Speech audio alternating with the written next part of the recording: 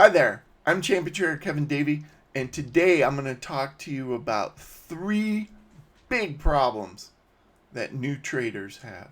So let's get started.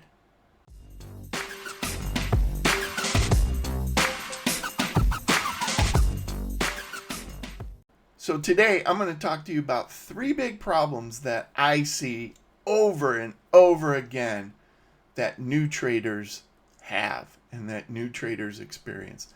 The first one is probably the most important one. It's lack of funds. So many traders start out thinking they can trade their way to success with $100, $500, maybe even a couple $1,000s. Usually you need quite a bit more to succeed long-term with trading, and there's a few reasons for that. The first reason is the smaller your account size, the bigger or the higher the risk of ruin is. And if you don't know what risk of ruin is, I suggest you look it up. I have some articles on my website and some other videos that might help you with that. But basically, risk of ruin is your chance of getting wiped out.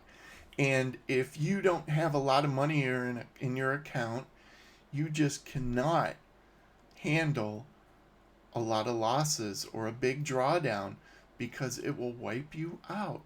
And eventually, with limited funds, that's what usually happens. You usually hit a drawdown, and then you might start doing something stupid like adding to losers or that kind of thing, and that just makes it worse. And then all of a sudden, your little account is ruined.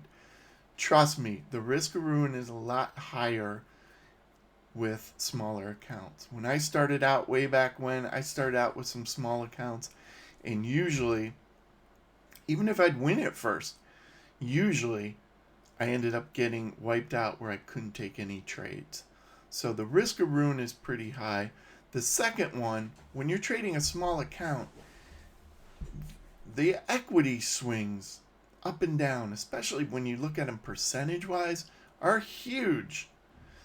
People think, oh, hey, the day trading margin on ES is $500, so therefore I can trade a contract with a $1,000 account. And they don't realize that the point value for ES is $50 a point, and it's normal to have a 20-day swing or more. That's $1,000 right there. So percentage-wise, you'll see your equity go up and down and up and down. Drives you crazy, and a lot of traders can't handle that. And the third thing is when you have a small account and you're starting out with a really small account, you can't diversify. You can only trade one symbol, whether it's ES or maybe the micro ES or micro crude oil or something like that. You just can't diversify. And that's a big, big problem because I found diversification is really a key to successful trading. You trade a lot of little instruments and can't really do that with a small account. So that's the first thing that people run into. The second thing is most new traders, whether they're algo traders, discretionary traders, or whatever, they just have zero tested strategies. They just don't have any strategies that they know work. Maybe they have an idea, oh, hey, I read this in some price action book, and this guy used to be a doctor, so I'll believe him. But there's no proof in a lot of these cases. You want proof. You need to have that proof for your confidence. And the way to get that is to back test. You historically test the strategy. Now, there's a lot of ways to screw that up. And most people don't know how to properly evaluate a strategy or a back test. They do things like over-optimize curve fit. So you've got to learn how to properly test.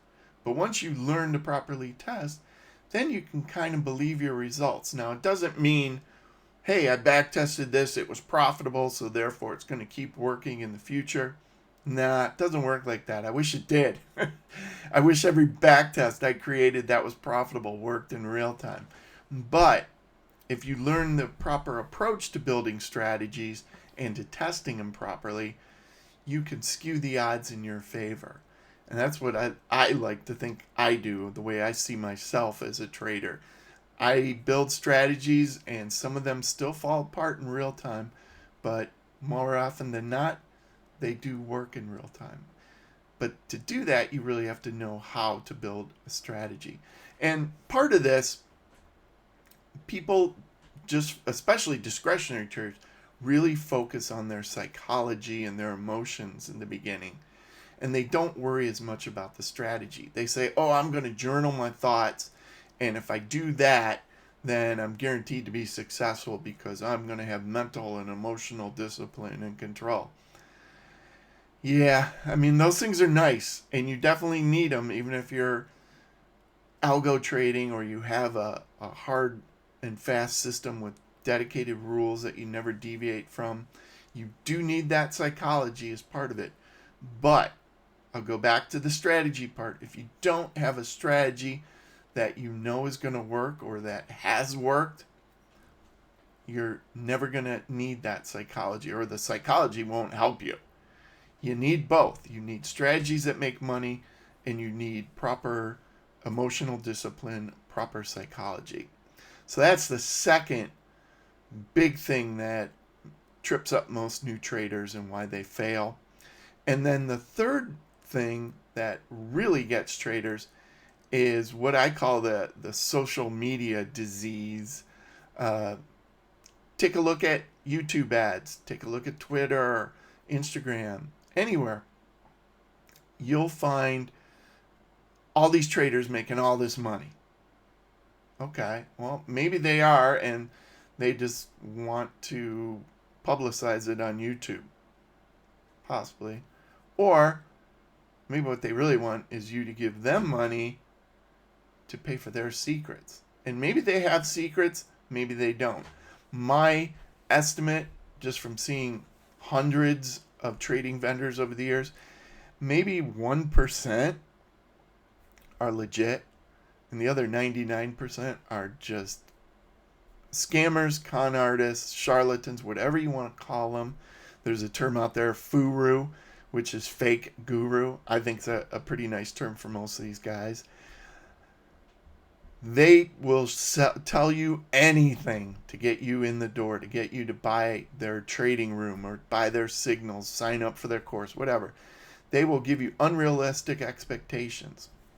I mean, can you actually make 100% a year? Yeah, I've done it.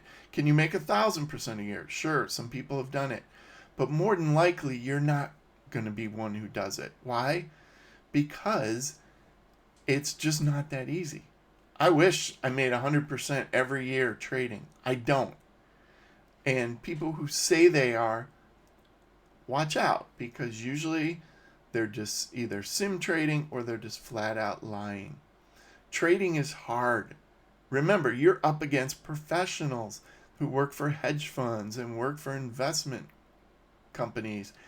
They are against you for the most part because there's only a limited supply of dollars out there for traders to grab. So watch out for these returns. They're just crazy. And also, a related part is don't expect instant success. Don't think you can sign up for something and start making money at it tomorrow. Imagine you want to be a surgeon.